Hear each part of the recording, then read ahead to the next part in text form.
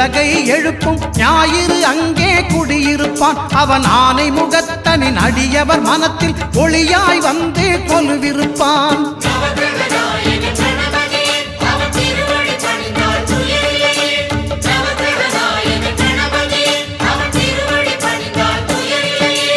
ஒன்பது கோளும் ஒன்றாய் காண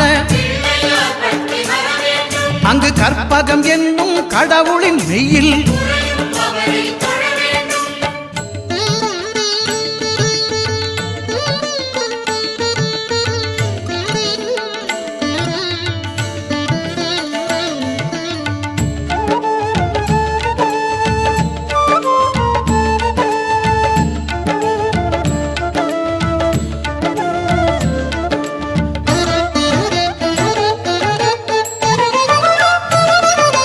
திங்கள் பகவான் திருமுகம் காண